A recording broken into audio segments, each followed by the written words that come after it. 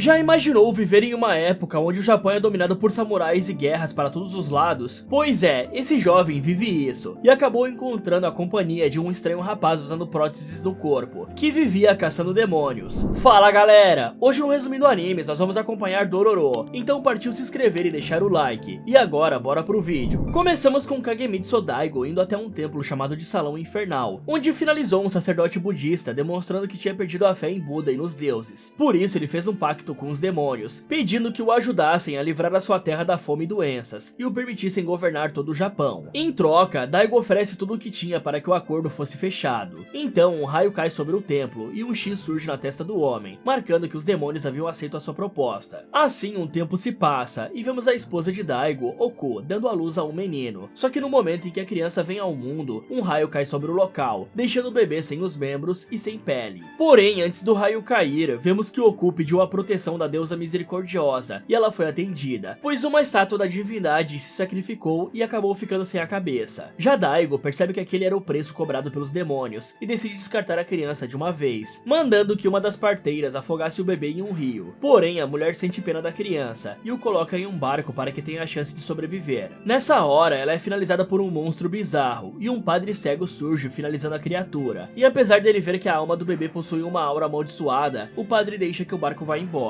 Então 16 anos se passam e vemos Dororo sendo perseguido por 3 homens a quem tinha dado um golpe, e eles o encurralam à beira de um lago, onde lhe dão uma baita surra. Porém os caras param com a sessão de espancamento ao verem surgir Hyakimaru, um jovem que usava uma máscara de porcelana que estava olhando para um monte de lixo que boiava no rio. Logo aquilo revela ser uma criatura gosmenta que devora os 3 homens, e na hora em que o ser captura Dororo para devorá-lo também, o mascarado entra em ação, revelando que tinha espadas no lugar dos braços e que usava próteses para esconder as lâminas. Rapidamente o estranho finaliza aquele monstro, e quando Dororo vai agradecer pela ajuda, Hyakimaru começa a ter espasmos, e assim que sua máscara cai, nós descobrimos que ele era o filho deformado de Daigo. Contudo, algo estranho acontece, e a pele subitamente cresce em seu rosto, ao mesmo tempo em que um raio cai no salão infernal, e Daigo percebe uma estátua de um demônio partida ao meio. Um tempo se passa, e Dororo segue estrada fora na companhia de Hyakimaru, a quem ele passa a chamar de irmão, e descobrimos que o rapaz era cego e surdo, mas que conseguia ver a cor das almas das pessoas. À vista dele, a alma de Dororo pareceu pura, e por isso Hyakimaru permitiu que o menino o acompanhasse. Assim, a dupla chega em uma vila onde seus moradores temiam um monstro que tocava um sino, e um homem chamado Denkichi se oferece para abrigar os jovens em troca deles finalizarem a criatura. Durante a noite, o ser bizarro vai até Dororo e Hyakimaru, mas o rapaz cego não ataca o monstro, mesmo com os pedidos do pequeno. E na manhã seguinte, Denkichi os leva para conhecerem a líder da vila, uma bela mulher chamada Bandai. Ao vê-la, Dororo fica encantado com a sua beleza e por achá-la muito parecida com a sua mãe falecida. Só que Hyakimaru parte para atacá-la, mas é impedido pelos aldeões que prendem os jovens. Na cela, eles encontram um velho padre, que também havia sido preso, e o cara explica a Dororo que tanto ele quanto Hyakimaru enxergavam apenas as almas dos seres. Nessa hora, as luzes do local se apagam, e algo os ataca vindo de um túnel, mas é detido por Hyakimaru, que vai atrás dele. Os outros dois logo seguem o rapaz, e se veem de volta à casa da Bandai, onde ela revela ser um demônio, e que Denkichi emboscava os viajantes para que a mulher os devorasse. E Bandai até tenta fugir, mas Hyakimaru a persegue e a destrói. É então que descobrimos que o monstro que tocava o sino era o espírito do primeiro viajante que os aldeões haviam sacrificado, e que tinha voltado para punir as pessoas daquele local com o som do seu sino. E após esse espírito mostrar a Dororo o local onde estavam enterrados os tesouros dos viajantes finalizados, os jovens vão embora dali com o padre. É quando Dororo se mostra triste ao lembrar da mãe, e Hyakimaru sente aquilo e tenta confortá-lo. Porém ele acaba passando por uma nova transformação, enquanto mais uma estátua de demônio se parte no salão infernal. Passamos para um flashback onde vemos Jukai, um ex-soldado do Lord Shiba, cometendo diversas atrocidades em nome do seu mestre. Um dia ele se cansou das maldades que fazia e resolveu tirar a própria vida, mas não conseguiu e acabou sendo levado para um país estrangeiro, onde aprendeu a construir próteses de membros corporais. Dali em diante, Jukai passou a vida se dedicando a ajudar as pessoas, na companhia do aprendiz Kaname, até que um dia o menino descobriu que o mestre havia tirado a vida de seu pai durante a guerra e o abandonou. Nessa época, Jukai encontrou o bebê Hyakimaru, que não tinha nenhum dos membros, e passou a criá-lo em sua casa. E quando o garoto cresce, o homem lhe dá as próteses de presente e o ensina a se defender dos demônios que pareciam ser atraídos por ele. Assim, os anos se passam e cada vez que Hyakimaru finalizava um dos seres demoníacos, um pouco do seu corpo era regenerado, até que chega uma época em que ele se despede de Jukai e parte para caçar os monstros. Em paralelo, descobrimos que Daigo havia tido outro filho, o Tahomaru. E esse era um menino normal, a quem o homem depositava a esperança de ser o seu sucessor. No presente, vemos que após Bandai ser finalizada, Hyakimaru passou a ter sensibilidade em seu corpo, pois antes ele não sentia dor alguma, ao mesmo tempo que Jukai se dedica a levar a dignidade e paz aos cadáveres finalizados na guerra. Um tempo depois, os dois rapazes se separam do ancião e chegam até uma aldeia onde conhecem Osushi, uma bela jovem que tinha perdido tudo após seu irmão lutar na guerra. Um dia Tanusuke retorna para casa possuído por uma espada amaldiçoada chamada Nihiro. Essa arma se alimenta de sangue e força do usuário ao finalizar as pessoas para saciar a sua sede, e Hyakimaru consegue libertá-lo da arma, só que por acidente Dororo acaba sendo possuído pela espada e quase causa uma confusão na cidade, mas é impedido por Hyakimaru. Em simultâneo, Osushi implora para que o irmão fique com ela para juntos eles recuperarem a sua antiga vida, mas Tanusuke demonstra que estava apegado demais a Nihiro e recusa o pedido dela, indo atrás de recuperar a espada. Assim ele a encontra no momento em que Dororo desmaia de exaustão e Hyakimaru se distrai ao socorrer o amigo. Então uma nova luta começa entre o garoto amaldiçoado e Tanusuke, só que o homem não é páreo para o rapaz, nem mesmo em posse de uma espada amaldiçoada, e é finalizado bem na frente da irmã. E novamente Hyakimaru passa por uma mudança em seu corpo, dessa vez ele ganha orelhas e passa a ter o dom de ouvir. Depois disso vemos o garoto amaldiçoado sofrendo para se adaptar com os sons ao seu redor. Em uma noite, ele e Dororo são atacados por um demônio alado, contudo a audição de Hyakimaru acaba atrapalhando ele na luta, e o rapaz leva a pior. Por sorte, o padre estava pelas redondezas e surge para salvá-lo. Na manhã seguinte, Hyakimaru está se recuperando da noite anterior, quando ele ouve a doce voz de uma bela jovem, e é atraído por ela. Assim conhecemos Mio, uma moça que cuida de diversas crianças órfãs da guerra, enquanto servia as tropas do clã Sakura, que estavam posicionadas para iniciar uma guerra contra Daigo. E nessa hora vemos que as coisas não andavam bem para o lado do Lorde, pois suas terras sofriam com a seca e outros desastres ambientais, o que indica que o seu pacto estava perdendo a força. De volta a Hyakimaru, descobrimos que Mio acolheu ele e os outros dois em sua humilde casa, junto das demais crianças. Um dia, o ancião encontra uma cabana em meio à floresta, onde todos poderiam se abrigar da guerra, só que o local era o lar de um demônio, e Hyakimaru vai até lá limpar o local, na companhia do idoso. Já Mio conclui que eles precisariam de dinheiro para aquilo, e resolve trabalhar para os dois clãs rivais, mesmo que aquilo fosse extremamente perigoso. E Dororo resolve protegê-la nas sombras, descobrindo que a moça trabalhava como relaxadora profissional, vendendo seu corpo para os soldados. Aquilo deixa o menino bastante chocado, e quando ele está voltando para casa, Dororo encontra Hyakimaru sendo carregado pelo ancião, com a sua perna ensanguentada após ser arrancada pelo demônio. E vemos que em troca do membro arrancado, o garoto amaldiçoado tinha ganho o dom da fala. No outro dia, Mio retorna para casa com o corpo todo ferido, e Dororo passa a evitá-la. Hyakimaru, por outro lado, parecia encantado pela voz da moça, e ele só encontrava um pouco de paz quando a ouvia cantar. Logo, o ancião decide ir embora dali, mas antes ele deixa um alerta para Dororo, dizendo para o jovem torcer para que Hyakimaru não se deixe dominar pelo ódio e acabe virando um demônio. Em paralelo, Tahomaru está revoltado, por achar que os pais escondiam algo dele, e por conta de Daigo não deixá-lo participar da guerra. E vemos que Oku sempre rezava para a estátua sem cabeça da deusa da misericórdia, e parecia não prestar muita atenção no filho. A seguir, Dororo descobre que o sonho de Mio era ter um campo de arroz, para que eles pudessem viver em paz com as crianças. E assim ele acaba percebendo que o que ela fazia era apenas uma forma de sobreviver e atingir esse sonho. Em uma manhã, os homens de Daigo veem Mio saindo do acampamento rival, e pensam que ela era uma espiã, por isso eles atacam a moça e as crianças, enquanto Hyakimaru e Dororo estão enfrentando o demônio novamente. E aí, ao vencer o ser, a perna de Hyakimaru se regenera, mas ao voltarem para casa, eles encontram um local em chamas, e o garoto amaldiçoado só tem tempo de ouvir a amada cantar pela última vez. Por isso, ele fica enlouquecido, finalizando brutalmente todos os soldados. E Dororo, ao ver aquilo, se lembra das palavras do ancião, e tenta segurar o amigo, mostrando que Mio tinha conseguido as sementes de arroz para começar a sua tão sonhada plantação. Um tempo depois, após enterrarem os corpos dos amigos, os dois garotos chegam até próximo de uma vila, onde se deparam com uma mulher-aranha, e imediatamente Hyakimaru a ataca, mas a monstra consegue fugir em direção ao vilarejo. Na manhã seguinte, os jovens chegam até o local, e descobrem que um sequestrador estava dando sumiço nas pessoas, concluindo que isso deveria ser trabalho da mulher-aranha. Então, de olho na recompensa que ganhariam, eles começam uma vigília para tentar capturá-la, enquanto a demônia demônia, enfraquecida pela luta da noite anterior, assume uma forma 100% humana e é encontrada por Yajiro. O homem a leva para casa, a alimenta e a passa a chamá-la de Ohagi. Porém, a comida humana não é o suficiente para recuperá-la, já que ela se alimentava da força vital de suas vítimas. No entanto, Yajiro não sabia disso e pensa que a mulher estava apenas doente. É então que descobrimos que o cara ajudava as pessoas a fugirem da aldeia, pois ali elas trabalhavam como escravizadas e algumas até perdiam a vida. Em uma noite, Yajiro tenta tirar Ohagi da vila por meio de um caminho secreto, mas eles se deparam com Hyakimaru e Dororo, que estavam de vigília, e alguns homens da aldeia também os encontram. Eles revelam que não existia recompensa nenhuma, e aquilo foi só para fazer com que as pessoas os ajudassem a descobrir quem era o sequestrador. Em seguida, eles atacam Yajiro. Porém, Ohagi o defende, roubando a força vital dos caras, e quando Hyakimaru vê aquilo, ele parte para atacá-la, mas logo acaba preso em suas teias. Assim, o casal acaba fugindo até a entrada de uma caverna, onde ficamos sabendo que Ohagi não finalizava ninguém, apenas roubava a força vital e deixava as presas vivas para se recuperarem. Então Yajiro decide que fugiria com ela e cederia sua força vital para que a aranha se alimentasse. Só que os homens do povoado os alcançam e acabam ferindo Yajiro com flechas. Ao ver o amado machucado, Ohagi retorna à sua forma de aranha e detona todos os inimigos, atraindo a atenção de Hyakimaru. Só que subitamente o garoto amaldiçoado desiste de lutar, ao perceber que o amor por Yajiro tinha purificado a alma dela. Um tempo depois, Hyakimaru e Dororo vão atrás de uma centopeia demoníaca, junto com um menino chamado Saru, que tentava salvar a sua irmã adotiva Ome. E Saru era um menino órfão que tinha sido expulso da vila, por conta de seu jeito selvagem. Mas um dia Ome o encontrou nas montanhas e passou a cuidar dele. Só que o trio fracassa em enfrentar a centopeia, e a jovem acaba sendo devorada pelo monstro. É então que o trio descobre que Ome ainda estava viva, e Hyakimaru dessa vez ganha um novo nariz, recebendo o dom do olfato. Em seguida, ele e Dororo se despedem dos novos amigos, e o garoto amaldiçoado usa sua voz pela primeira vez para falar o nome do pequeno companheiro. Em uma bela tarde, Dororo acaba caindo doente, e Hyakimaru passa a buscar ajuda para ele, mas não tem sorte. Até que uma freira os vê na estrada e resolve ajudá-los. É então que temos um flashback dos pais de Dororo, Odia e Hibukuro, e descobrimos que Hibukuro era o líder de um bando que buscava se vingar das maldades sofridas pelos samurais, os atacando impiedosamente. Um dia, Itachi, um dos homens do grupo, acaba traindo o chefe para conseguir uma boa posição com o lorde local, e dessa forma, Odia, Hibukuro e o pequeno Dororo passam a vagar pela terra, se alimentando de qualquer coisa que conseguissem encontrar. Até que eles chegam em uma aldeia, onde os malignos samurais estavam ateando fogo, e um deles conhece Hibukuro, criando uma confusão na qual o pai do Dororo acaba falecendo.